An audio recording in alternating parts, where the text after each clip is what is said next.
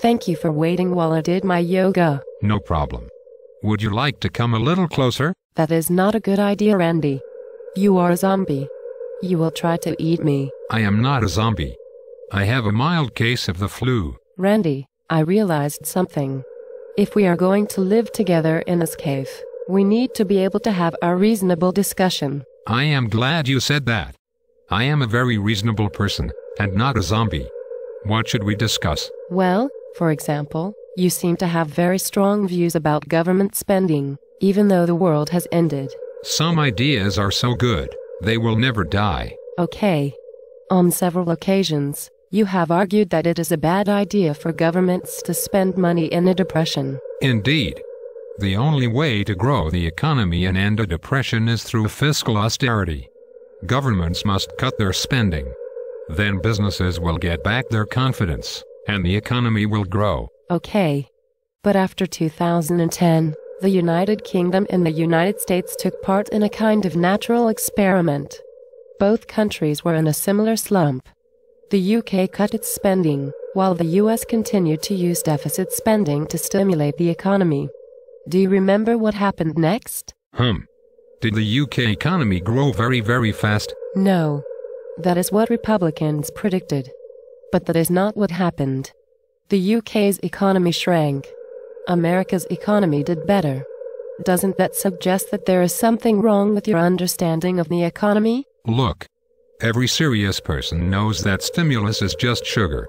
You get a sugar high, and then the economy crashes again. That is the law of gravity. As my personal hero Thomas Friedman would say, the first rule of the law of gravity is that there are no free lunches. That does not make any sense. The Republicans were right to oppose more stimulus. A country cannot borrow forever. That is unsustainable. No one is arguing that the government should borrow forever. The right time for fiscal austerity is during a boom, not during a slump. That is what John Maynard Keynes said. Ha ha ha. Ha ha ha. Ha ha ha. The great socialist economist Keynes. Keynes was not a socialist. That is not what Glenn Beck said. Glenn Beck is not a trustworthy source of information. Then why did Paul Ryan appoint him to the Supreme Court? It does not matter. Justice Beck is one of the undead now. For years, half of the Supreme Court has been made up of the talking dead. That is too bad.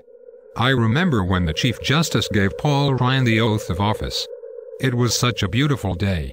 The two of them were wearing gas masks under the bright green January sky. I was so proud to see President Ryan place his right hand on a first edition of Atlas Shrugged. I thought that was a good choice. We are losing focus again. I was defending the importance of stimulus spending in a depression. The point is, there's no easy way out of a depression. You just have to wait for all the bad investments to get wrung out of the system. Everything must be liquidated. It could take years. Fortunately, history teaches us that sudden poverty can be good for the spirit. Think of the way people came together in Europe in the 1930s. Depressions are times of hate. Poverty eats away at the soul. Poverty is not so bad. It is true that a lot of Americans will have to tighten their belts for a few years to keep their pants from falling down, because they will be unable to afford food. But at the end of the day, America will be stronger, like a child who has lived through a period of starvation. Republican economic policies did not make America stronger. They made us weak. When the zombies came, the government was small and unprepared. Now we are living in an empty cave. We live under the constant threat of zombie attacks. There's no food. There's no peace. There are no jobs outside of Romney Town. And we cannot enter Romney Town because we do not have any Romney bucks. Look. No one said the Ryan recovery would happen overnight.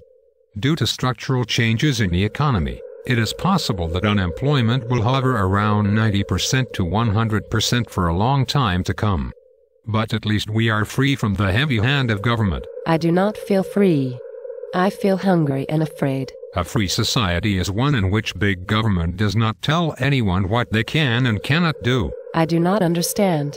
We would be more free with the big government helping us to fight the zombies. I did not say that the government should play no role in defending its citizens. Do not make me out to be a libertarian caricature. I believe government has a role to play in protecting us from terrorists and criminals, including zombies. I just don't believe the government should be in the business of protecting people when they are elderly or without money. Oh, sorry. So in a free society, government can protect us from zombies, but it cannot protect us from economic disasters. Exactly. That is what freedom means. So if I had health insurance, and my insurance company wanted to deny me care, I guess I would no longer be free if the government stopped my insurer from letting me die. Precisely. Corporations are people too. They need their freedom just like you and me. But in my example, freedom from my insurer meant that I had to die. Freedom means letting people deal with their bad decisions. And letting people's children and grandchildren deal with their bad decisions too. It is only fair for parents' mistakes to be passed down to their children, and grandchildren, and basically anyone else who is born without a lot of money. That is what Jesus said. Jesus did not say that. If someone is uninsured, should they and their children be free to die? Let me put it this way, yes, they should. We need to get back to the concept that we can assume responsibility for ourselves, and that our neighbors and our churches will protect us, just like they did during the presidency of Herbert Hoover. Furthermore, America already has the greatest healthcare system in the world. Just look at my legs. You have no legs. What? I fear that our conversation is losing focus. Could you tell me again why you believe that government spending in a depression is a bad idea? You cannot get out of debt by borrowing more money. It is common sense. But the problem in 2012 was not debt. There was no need to get out of debt right away. Investors were willing to loan America money for free. They were even willing to pay the United States a small amount to hold their money. I wish that what you were saying was true. It was true. I'm afraid it cannot have been true, no matter how much the facts made it seem that way. We live in a harsh and unforgiving world. People do not loan you money from nothing. That is an undeniable truth. How do we know it is true? Because it results in human suffering. The truth is whatever makes the most people hurt. I don't think you understand what truth is. The truth is this. It is always a good time for austerity. Government spending is inefficient and crowds out private investment. It reduces productivity. And it creates a culture of dependency. You are changing the subject.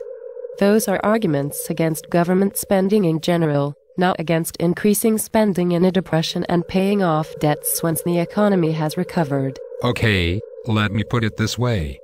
A government has a budget just like a family.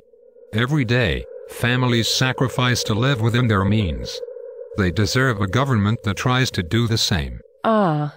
So the government budget is like the budget of a family. Everyone has to pay the bills sooner or later. I understand. That is common sense. I remember when I was growing up and my family had trouble paying its bills, we would go down to the basement and print more of our currency, just like a national government. Sometimes we traded our family currency for the currencies of other families in town, so that we could buy things from them. But mostly we spent and invested our money among ourselves. Mom would buy produce from Dad, and Dad would buy seeds from my brother Jeff. Mom took out a mortgage with Jeff's bank, and Dad took out a second mortgage from Mom's bank. Soon we started speculating on each other's businesses with borrowed money. Things were really good for a while. Then, one day when I was in second grade, we learned that Jeff had been betting a lot of money in poker games at a neighbor's house. We all tried to withdraw our money from Jeff's bank, but he didn't have enough for all of us. We got scared, so we tried to call in our loans to each other too. But in order to pay for all the loans getting called in, we had to liquidate everything we owned. But no one had money to buy anything. The harder we tried to pay off our debts to one another, the more in debt we were, because everyone was both a borrower and a lender. It was a really tough time for a while. Then we decided to set up a few new rules. Any bank that didn't take too many risks could have its deposits guaranteed by the family as a whole, and the printing press in the basement. And banks could also borrow from the printing press for next to nothing. This calmed a lot of our fears. But after such a confusing time, we were still afraid to spend our money, much less borrow or lend. Everyone just kept their money in shoeboxes under their beds. Finally, the crisis ended when we decided to borrow money as a family and buy things from ourselves. When Dad got the family order for produce, he went right back to work growing vegetables and buying seeds from Jeff, who used his money to invest in a new business I was trying to start. The money started to flow again. So, yes, I guess a government's finances really are like those of a family. If your family is anything like mine. I am glad that you agree with me. I was being sarcastic. I am not familiar with sarcasm. Is that a form of ethnic humor? The point of the story is that our depression might have lasted much longer if we had not used family spending as a stimulus. The stimulus ended the depression. In the real world, we tried stimulus under Obama. It did not work. The Obama stimulus was too small. It was hundreds of billions of dollars. The increase in federal spending was far too small to make up for the drop in economic output. Liberal economists predicted this at the time. Anyway, the stimulus increased employment by over 2 million jobs. I realize this is painful to hear. But America could have ended its depression in 2012. It could have spent $100 billion a month to pay for infrastructure repairs and rehiring school teachers and police. These workers would have spent some of the money they earned, and the people who got their money would have spent some of it as well, and the money would have multiplied through the economy, putting people back to work. America could have borrowed this money for free. It was the closest thing to a free lunch we will ever get. But Republicans in Congress blocked every attempt at increased spending. So millions of Americans stayed unemployed. The nation continued to crumble. The work we could have done was wasted. And all for no reason. I know who is on my side. The Republican Party, Fox News, and Paul Ryan. Why do you trust them? Because they tell it like it is. Government does not create jobs. Every time the American government spends $1, somewhere a job gets killed. That is mathematics. I do not know how to get through to you. Nothing I say seems to change your mind. How about this? Do we have any cans of brains left? I am hungry. Canned brains do not exist, Randy. That is not true. According to Glenn Beck, canned brains are a delicious part of a healthy human diet. We are getting sidetracked. Do you have any good arguments against deficit spending in a depression? If you have no arguments, why do you not agree with me? I don't trust you, because you do yoga. Well, this conversation was pointless.